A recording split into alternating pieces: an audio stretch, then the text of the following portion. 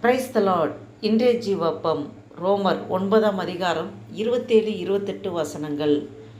அல்லாமலும் இஸ்ரவேல் புத்திரருடைய இலக்கம் சமுத்திரத்தின் மணலத்தனையாய் இருந்தாலும் மீதியாய் இருப்பவர்கள் மாத்திரம் ரட்சிக்கப்படுவார்கள் என்றும் அவர் நீதியோடு சீக்கிரமாய் தம்முடைய காரியத்தை நிறைவேற்றுவார். கர்த்தர் பூமியிலே சீக்கிரமாகவே காரியத்தை நிறைவேற்றி முடிப்பார் என்றும் ஏசையா இஸ்ரவேலரை குறித்து சொல்லுகிறான். ஆமென், அல்லேலூயா.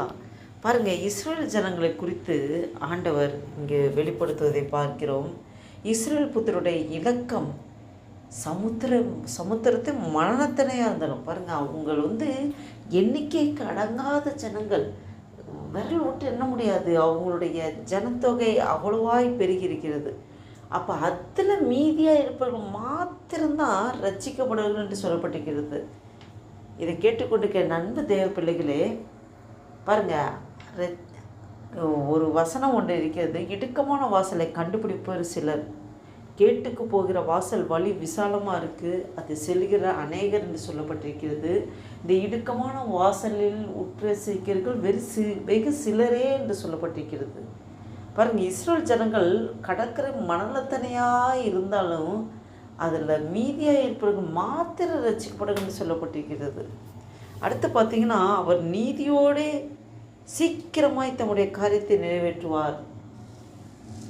கர்த்தர் பூமியிலே சீக்கிரமாய் காரியத்தை நிறைவேற்றி முடிப்பார் என்றும் ஏசையா இஸ்ரவேலரை குறித்து சொல்லுகிறான் என்று பார்க்கிறோம். பாருங்கள், அவர் நீதியோடு சீக்கிரமாய் காரியத்தை நிறைவேற்றி முடிப்பார். ஆம், ஆண்டவருடைய வருகை அதி சீக்கிரத்திலே, அவருடைய சீக்கிரம் கம்மிங் அதி சீக்கிரத்தில் இருக்கும்.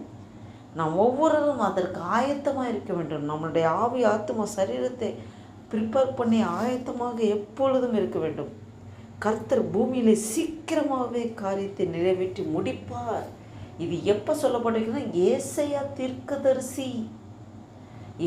தீர்க்கதரிசி அந்த காலத்திலேயே பாருங்கள், அப்போவே சொல்லப்பட்டிருக்கிறது. இஸ்ரவேலரை குறித்து தான் இப்படிப்பட்ட வசனங்கள் சொல்லப்பட்டிருக்கிறது. ஆண்டவர் நீதியோடே சீக்கிரமாய் தம்முடைய காரியத்தை நிறைவேற்றுவார் என்றும் கர்த்தர் பூமியிலே சீக்கிரமாகவே காரியத்தை நிறைவேற்றி முடிப்பார் என்றும். இதை கேட்டுக்கொண்டிருக்கிற அன்பு தேவ பிள்ளைகளே, உங்களோடும் என்னோடும் தான் இந்த வசனத்தின் மூலம் ஆண்டவர் பேசி கொண்டிருக்கிறார். பாருங்கள், இஸ்ரேல் ஜனங்கள் கடற்கரை மணலத்தனையாக இருந்தாலும் அதில் மீதியாக இருப்பவங்க மாத்திரம்தான் ரட்சிக்கப்பட்டிருக்காங்க. ஒரு சொற்ப ஜனங்கள். அப்போ நாமே ஆராய்ந்து பார்க்க வேண்டும். நம்ம எந்தெந்த விதத்தில் நாம் விழுந்து போயிருக்கிறோம், எதெல்லாம் ஆண்டருக்கு பிரியமாய் நடக்கிறோம், நம்முடைய செயல்கள், நம்முடைய நடக்கைகள், பேச்சுக்கள், சிந்தனைகள் எல்லாம் ஆண்டருக்கு பிரியமானபடி இருக்கிறதா? நாமே ஆராய்ந்து பார்ப்போம். இன்னும் அவர் நீதியோடே சீக்கிரமாய் தம்முடைய காரியத்தை நிறைவேற்றி முடிப்பார் என்று பார்க்கிறோம். ஆம், ஆண்டோடைய வருகை அதி சீக்கிரத்தில் இருக்கும். எந்த நிமிஷத்தை மேலாலும் இருக்கும். கர்த்தர் பூமியிலே சீக்கிரமாகவே காரியத்தை நிறைவேற்றி முடிப்பார் என்று சொல்லப்பட்டிருக்கிறது. சொல்லப்பட்ட சத்திய வசனங்கள் எல்லாம் உண்மையும் சத்தியமானது. அது கண்டிப்பாக நிறைவேறும். கண்டிப்பாக இது ஏசையா முன்கூட்டியே அவரோட காலத்தில் அப்போவே சொல்லியிருக்கிறார் தீர்க்க தரிசனமாக. நாம் இவ்வேளையில் முழுவதுமாக நம்மளை அர்ப்பணிப்போமா? பாருங்கள், இஸ்ரேல் ஜனங்கள் கடற்கரை மணலத்தனையாக இருந்தாலும் சொற்ப ஜனங்கள் தான் ரட்சிக்கப்பட்டாங்க. நாமே பெருமை பாராட்டி சொல்வதற்கு ஒன்றுமே இல்லை. முற்றிலுமாக தரை மட்டும் தாழ்த்துவோம். ஆண்டவரே, நான் ஒன்றுமில்லை ஆண்டவரே, வெறுமையான பாத்திரம் ஐயா. இந்த பூமியில் எந்த நோக்கத்திற்காக படைத்திரோ உம்முடைய சித்தம் என்னோட வாழ்க்கையில் நிறைவேறட்டும் என்று நாம் முழுவதுமாக அர்ப்பணித்து ஜெபம் செய்வோம். அன்பும் இரக்கம் நிறைந்த பரம தகப்பனே, நன்றியோடு துதிக்கிறோம் ஐயா, ஸ்தோத்தரிக்கிறோம். வானம் எனக்கு சிங்காசனம், பூமி எனக்கு பாதபடி என்று சொன்னவரே, உடைய பாதபடி நம்மை நோக்கி பார்க்க முடியாது என்று கொடுத்த அந்த நல்ல தருணத்துக்காக நன்றி தகப்பனே. விசேஷமாக இந்த வாசித்த வேத வசனப்படி இஸ்ரவேல் புத்தருடைய இலக்கம் சமுத்திரத்தின் மணலத்தனையாக இருந்தாலும் என்று சொல்லப்பட்டிருக்கிறது. அப்படியாக மணலை எண்ண முடியாது, சமுத்திரத்தின் மணலை எண்ணவே முடியாது. அதுபோல் இஸ்ரவேல் ஜனங்களுடைய எண்ணிக்கை எண்ணவே முடியாது. அதில் சொற்ப ஜனங்கள் தான் ரட்சிக்கப்பட்டிருக்காங்க. மீதியாக இருப்பவர்கள் மாத்திரம் ரட்சிக்கப்படுவார்கள் என்றும் சொல்லப்பட்டிருக்கிறது. இன்னும் ஆண்டவர் இயேசு கிறிஸ்து நீதியோடு சீக்கிரமாய் தம்முடைய காரியத்தை நிறைவேற்றி முடிப்பார். கர்த்தர் பூமியிலே சீக்கிரமாகவே காரியத்தை நிறைவேற்றி முடிப்பார் என்றும் ஏசாயா தீர்க்கதரிசி இஸ்ரவேல் ஜனங்களை குறித்து அப்பவே சொல்லியிருக்கிறார்.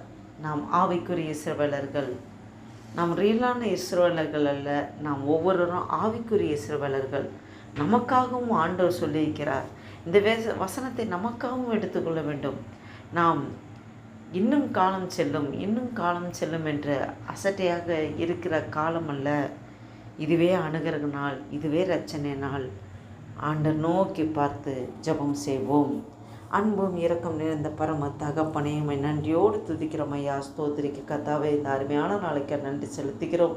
ஆண்டவரே அப்பா, ஸ்தோத்திர கத்தை இந்த 2025 வருடத்தில் ஆண்டவரே அப்பா, ஸ்தோத்திர கத்தாவே ஸ்தோத்திரம் ஆண்டவரே. அல்லேலூயா. ஜூலை மாதத்தின் 24ஆம் தேதி காண கிருபை செய்து தேவனே கொடான கூடி ஸ்தோத்திரம் ஐயா. நன்றி அப்பா. எந்த நோக்கத்திற்காக எங்களை இந்த பூமியிலே உருவாக்கினீரோ அப்பா, உம்முடைய நோக்கம் எங்கள் வாழ்க்கையில் நிறைவேற்றும் ஆண்டவரே. எங்களை முற்றிலுமாக தாழ்த்தி ஒப்பு கொடுக்குறோம், அர்ப்பணிக்கிறோம் ஆண்டவரே. உன்னுடைய நாமம் ஒன்றே மகிமைப்படட்டும் ஐயா. ஆண்டவரே அப்பா, இந்த பெரிய காரியங்களை செய்வதற்காய் ஸ்தோத்திரம் ஆண்டவர். உங்களுடைய வருகை அதிசீக்கிரத்தில் இருக்கும் ஆண்டவரே. நாங்களும் ஆயத்தமுள்ளதாக அநேகரை ஆயத்தப்படுத்த எழுப்பும்படியாக ஜெபிக்கிறோம் ஆண்டவரே. நீர் அப்படியாக எங்கள் ஒவ்வொரு ஆண்டவரை ஆயத்தப்படுத்தி வருவதற்காக நன்றி செலுத்துகிறோம். இந்த வீடியோவை கேட்டுக்கொண்டிருக்க பார்த்து கொண்டிருக்க ஒவ்வொரு பலப்படுத்துறதுக்காக ஸ்தோத்திரம் ஆண்டவர். நன்றி அப்பா. உடைய சமூகத்தை தாழ்த்தி ஒப்பு கொடுக்கணும், அர்ப்பணிக்கிறோம். உங்கள் நாமம் ஒன்றே மகிமைப்படட்டும். இயேசு கிறிஸ்துவின் நாமத்தினால ஜெபிக்கிறோம் ஜீவனுள்ள எங்கள் நல்ல பிதாவே. ஆமேன், ஆமேன்.